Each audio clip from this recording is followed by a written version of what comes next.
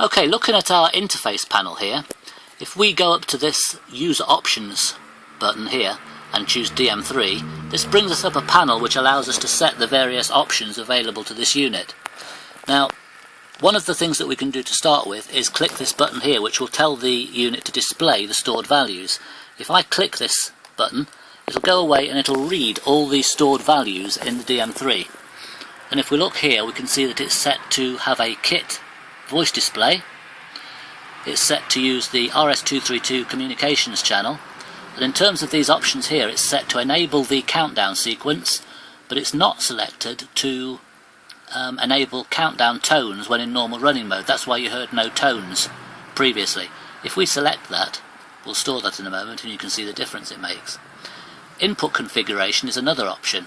It allows us to select the input to use inputs from the serial data bus unless an override discrete is active, or to use the standalone inputs until a serial bus signal is available. Other options enable us to set a delay before we produce the countdown sequence of 2 seconds in this particular instance.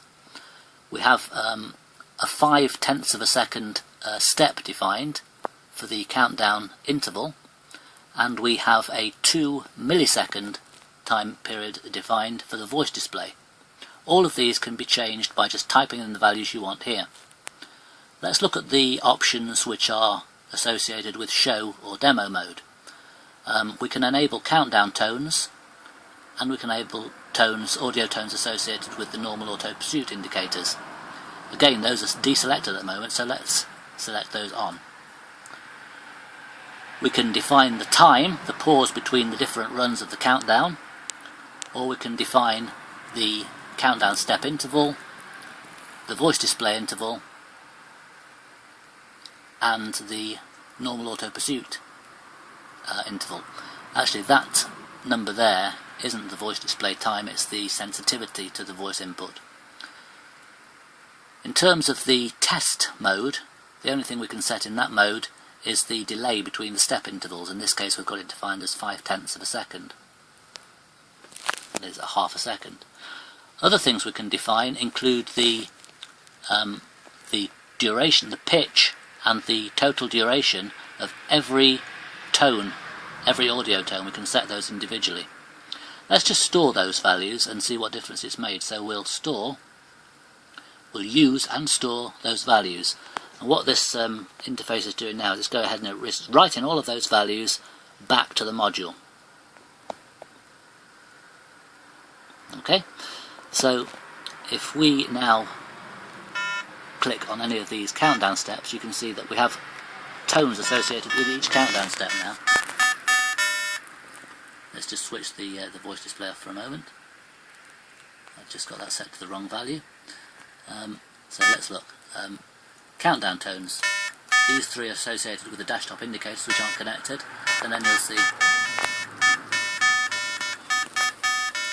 Now those tones are probably just about right, but you can adjust those individually if they're not quite to your liking.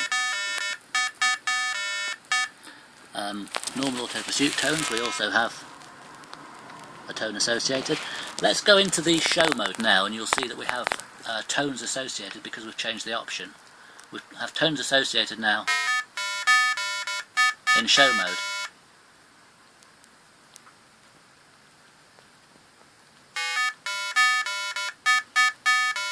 And that change was just done by setting the options.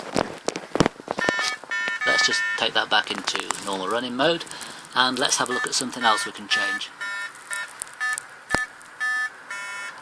Sorry, it's just gone back into normal running mode. Let's have a look at the control panel again. Let's say, for example, that we want to change the tone associated with the normal cruise indicator to a much higher frequency, so an audio waveform period of 1 instead of 7. And let's save those values. This program's just going and writing all of the option values back to the board.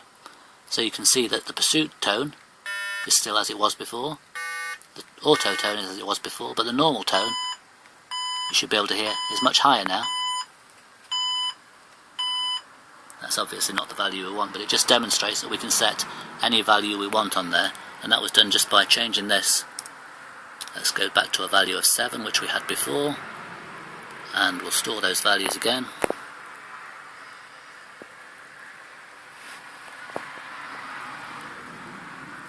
And we'll operate the normal indicator again, and we're back to the value we had before. Actually, we can use these, you could program these to be used as audible warnings in case you had a particular input which was open circuit or short circuit. You could write some software to use these as audio warnings.